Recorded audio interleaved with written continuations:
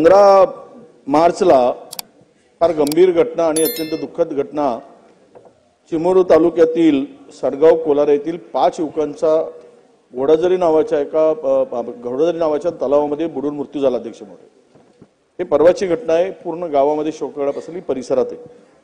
यामागे काय कारण आहे अध्यक्ष महोदय? याच ठिकाणी चंद्रपूरचे 6 युवकांचा मृत्यू झाला, त्याच ठिकाणी।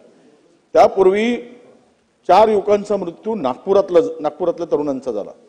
याचं कारण काय अध्यक्ष महोदय? की ज्या ठिकाणी या तलावामध्ये मुलं पर्यटनासाठी जातात, पोहायला जातात, परंतु अध्यक्ष महोदय त्या ठिकाणी पाणी पुरवठा योजना झाल्या 3, एक नागभीड, दुसरी तळोदी आणि तिसरी नेरी। त्या कॉन्ट्रॅक्टरनी तिथे आपण विहीर बांधताना किंवा इनवेल बांधताना त्या ठिकाणी खड्डा खदून ठेवला अध्यक्ष महोदय। त्या संदर्भात 2 वर्षापासून तिथले जिल्हा परिषद सदस्य, लोकप्रतिनिधी, स्थानिक पदाधिकाऱ्यांनी तो खड्डा बुजवा म्हणून वारंवार विनंती केली।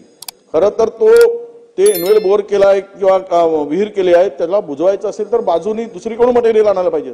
तलावात तेवढा 20 फूट खोल खड्डा खोदायची गरज नव्हती।